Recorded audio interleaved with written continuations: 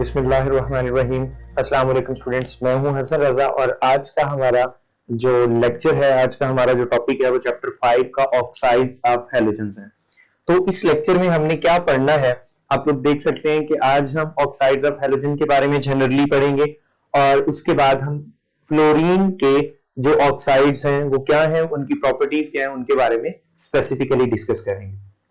जी, तो सबसे पहले हम हैलोजन के ऑक्साइड्स के बारे में पढ़ते हैं। हैलोजेंस जो है ये कभी भी डायरेक्टली ऑक्सीजन के साथ रिएक्ट नहीं करते, मींस के halogens don't react with oxygen directly. तो फिर हैलोजेंस के ऑक्साइड बनते कैसे हैं, क्वेश्चन ये है। हैलोजेंस के ऑक्साइड असल में हम कोई इंटरमीडिएट जो है वो रिएक्शन इस्तेमाल करते हैं, या आप ये कह लें कि हम कोई इनडायरेक्ट मेथड इस्तेमाल करते हैं जिससे कि हम हैलोजेंस के ऑक्साइड प्रिपेयर कर सकें। अब वो इनडायरेक्ट मेथड्स क्या हो सकते हैं? इनडायरेक्ट मेथड ये हो सकता है कि हम कोई साल्ट लें हैलोजन का, उसका जो है वो रिएक्शन करवाएं और उससे हैलोजन ऑक्साइड वो हम बना लें। लेकिन कुछ हैलोजन के ऑक्साइड जो हैं जो बनाए गए हैं उनकी हम आज एग्जांपल्स देखते हैं कि कौन कौन से हैलोजेंस के कौन कौन से ऑक्साइड्स मौजूद है। सबसे पहले हमारे पास फ्लोरीन हैलोजन है, इसके ऑक्साइड्स की अगर हम बात करें जी, तो हमारे पास फ्लोरीन के 3 ऑक्साइड्स मौजूद हैं। सबसे पहले जिसके बारे में हम फर्स्ट ईयर में भी पढ़ चुके हुए OF2 ऑक्सीजन डाइफ्लोराइड, ठीक है, ऑक्सीजन डाइफ्लोराइड। और उसके बाद है हमारे पास O2F2 डाई ऑक्सीजन डाइफ्लोराइड। और उसके बाद है हमारे पास O3F2 tri oxygen and difluorides. Okay, और उसके बाद अगर हम बात करें क्लोरीन के ऑक्साइड्स की, तो सबसे ज्यादा जो ऑक्साइड पाए जाते हैं वो क्लोरीन के हैं। सबसे पहले हमारे पास डाइक्लोरीन मोनो ऑक्साइड है, उसके बाद क्लोरीन डाइऑक्साइड है, और उसके बाद हमारे पास है क्लोरीन हेक्सा ऑक्साइड Cl2O6, और उसके बाद हमारे पास है chlorine heptaoxide Cl2O7। These are the oxides of halogen chlorine, ठीक है।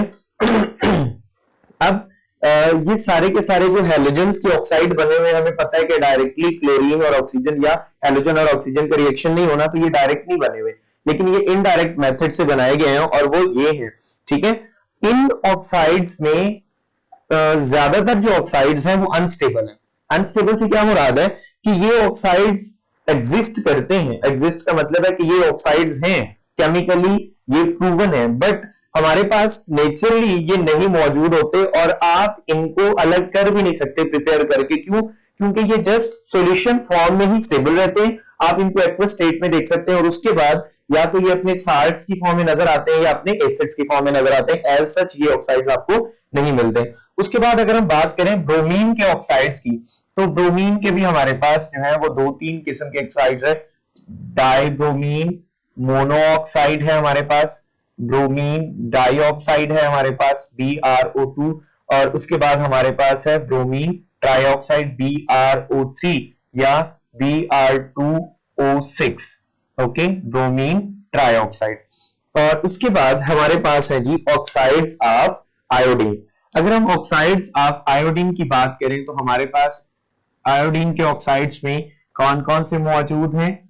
आयोडीन आयोडेट है, ठीक है, I4O9, इसको आयोडीन आयोडेट के नाम से भी जाना जाता है। आपके पास आयोडीन टेट्राऑक्साइड है, I2O4 है, ठीक है, और उसके बाद हमारे पास most important I2O5 iodine pentoxide है।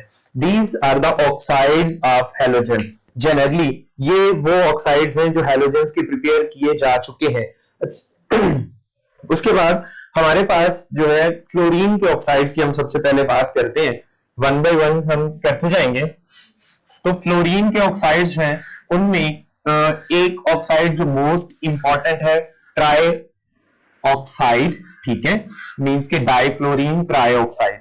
ये जो डाइफ्लोरीन ट्राइऑक्साइड या O3F2 है, ये फ्लोरीन के ऑक्साइड्स में सबसे इंपॉर्टेंट ये वाला है, ठीक है, और इंपॉर्टेंट के साथ साथ ये स्टेबल भी है, ठीक है। इसलिए हम इसको डिटेल में डिस्कस करेंगे। हमारे सिलेबस का हिस्सा भी सिर्फ O3F2 है या डाइफ्लोरीन ट्राइऑक्साइड है, ठीक है। तो इसके बारे में अगर हम देखें तो ये हम डायरेक्ट ऑक्सीजन और फ्लोरीन को मिक्सअप करके हासिल कर सकते हैं। इसका प्रेपरेशन का मेथड क्या है? प्रेपरेशन का मेथड ये है कि हम ऑक्सीजन और फ्लोरीन को मिलाते हैं और इनको एक इलेक्ट्रिक डिस्चार्ज ट्यूब में हम मिक्सअप करते हैं, मींस के हम इलेक्ट्रिक करंट यूज करते हैं ट्राईऑक्साइड जो है फ्लोरीन का वो प्रिपेयर करने के लिए। तो हम क्या करते हैं जी, फ्लोरीन को मिक्सअप करेंगे किसके साथ, ऑक्सीजन के साथ, ठीक है, और हमें मिलेगा क्या, F2O3 भी आप लिख सकते हैं, O3F2 भी लिख सकते हैं, ठीक है, आप इसे F2O3 या O3F2 ये दोनों किस्मों में आप इसे लिख सकते हैं। आप इस इक्वेशन को अगर बैलेंस करना चाहते हैं तो बैलेंस कर लें, 2O3F2।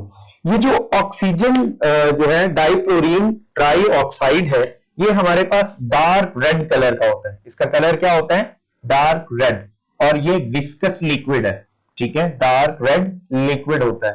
और ये आपके पास जो प्रेपरेशन इसकी होती है, आपने जो इलेक्ट्रिक डिस्चार्ज में इसको प्रिपेयर किया है, इलेक्ट्रिक डिस्चार्ज में हम इसको जो टेम्परेचर देते हैं वो 363 सेल्सियस होता है। कितना, 363 सेल्सियस। अब 363 सेल्सियस जिस पे ये प्रिपेयर होता है उस पे ये dark red liquid viscous liquid की फॉर्म में होता है डाइफ्लोरीन ट्राईऑक्साइड। अगर हम इसका टेम्परेचर मींस के प्रिपेयर हो गया और इसका टेम्परेचर आहिस्ता आहिस्ता आहिस्ता आहिस्ता कम होता जाए, यही O3F2 जब 350 सेल्सियस पे पहुंचेगा, मींस के जस्ट 13 सेल्सियस इसका टेम्परेचर इसकी प्रेपरेशन के टेम्परेचर से कम होगा, तो इसका जो कलर है वो डार्क रेड से रेडिश ब्राउन हो जाता है और ये सॉलिड फॉर्म में कन्वर्ट हो जाता है। किस फॉर्म में चेंज हो जाता है, रेडिश ब्राउन सॉलिड में चेंज हो जाता है। उसके बाद ये तो थी इसकी प्रेपरेशन और इसकी फिजिकल प्रॉपर्टीज। अगर हम इसकी केमिकल प्रॉपर्टीज की बात करें, मींस के केमिकल रिएक्शंस की बात करें, तो आपके पास ये जो है डिकम्पोजिशन रिएक्शन देता है, ये जिसको हम बोलते हैं डिकम्पोज हो जाता है। डिकम्पोज कैसे होता है कि ये डिकम्पोज होता है ऑक्सीजन में और फ्लोरीन के दूसरे फ्लोराइड्स में या ऑक्साइड्स में, ठीक है, मींस के ऑक्सीफ्लोराइड इनका नाम हो सकता है, ठीक है, या फ्लोरो ऑक्साइड मींस के हेलो ऑक्साइड्स और ऑक्सी हेलाइड्स, इन दोनों तरह से हम इनको जो है वो नेमिंग कर सकते हैं। ये क्या है, ऑक्सी हेलाइड भी है और हेलो ऑक्साइड भी है, तो आप इसको क्या कह सकते हैं, फ्लोरो ऑक्साइड भी, डाइफ्लोरो ऑक्साइड, या आप ये कह सकते हैं ट्राईऑक्सी क्लोराइड, ठीक है।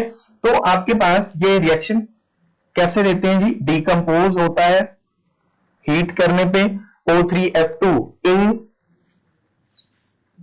डाइऑक्सीजन डाइफ्लोराइड, और साथ में ये क्या प्रोड्यूस करता है, ऑक्सीजन प्रोड्यूस करता है, ठीक है। तो ये था जी आपके पास इसका रिएक्शन। उसके बाद अगर हम इसका फ्लोरीन के साथ रिएक्शन करवाएं, अगर हम इसका फ्लोरीन के साथ रिएक्शन करवाएं O3F2 का, तो ये क्या प्रोड्यूस करता है, ये हमारे पास O3F2 का अगर हम रिएक्शन करवाएं फ्लोरीन के साथ, तो भी ये डाइऑक्सीजन डाइफ्लोराइड प्रोड्यूस करता है। क्या प्रोड्यूस करता है, डाइऑक्सीजन डाइफ्लोराइड। क्लियर हो गया यहां तक। तो उसके बाद है जी फ्लोरीन के जो हमने इसके अलावा ऑक्साइड्स देखे थे वो कौन कौन से थे, आपके पास OF2 था, ठीक है, ऑक्सीजन डाइफ्लोराइड, और उसके बाद हमारे पास था O2 and F2। इनके बारे में हमने जो है वो ज्यादा डिटेल में डिस्कस नहीं करना, जस्ट इनके स्ट्रक्चर्स के बारे में आप देख सकते हैं कि ऑक्सीजन के साथ जब दो फ्लोरीन जो है वो एटम्स अटैच होते हैं तो आपके पास इस तरह का वाटर की तरह का स्ट्रक्चर बनता है, ठीक है, और इनका बॉन्ड एंगल जो है वो 105 डिग्री का होता है जब दो फ्लोरीन एटम एक ऑक्सीजन के साथ अटैच होते हैं। तो इस तरह से मींस के वाटर की तरह का स्ट्रक्चर होता है OF2 का। और उसके बाद O2F2 जो है, इसमें दोनों ऑक्सीजन जो है वो एक दूसरे के साथ भी रिलेटेड होती है, मींस के लिंक्ड होती है, और दोनों फ्लोरीन जो है वो दो डिफरेंट ऑक्सीजन के साथ अटैच होते हैं। और इसका स्ट्रक्चर क्या बनता है, fluorine atom, one fluorine atom is attached to one oxygen, that is next attached to other oxygen, and that oxygen is attached with next fluorine atom। इस तरह से हमारे पास O2F2 का स्ट्रक्चर बनता है। क्लियर हो गया। ये थे जी ऑक्सीजन के फ्लोराइड्स। इंशाल्लाह हम नेक्स्ट लेक्चर में जो है वो नेक्स्ट ऑक्साइड्स जो है वो डिस्कस करते जाएंगे, क्लोरीन के, ब्रोमीन के और आयोडीन के। तो मिलते हैं नेक्स्ट लेक्चर में। अल्लाह हाफिज।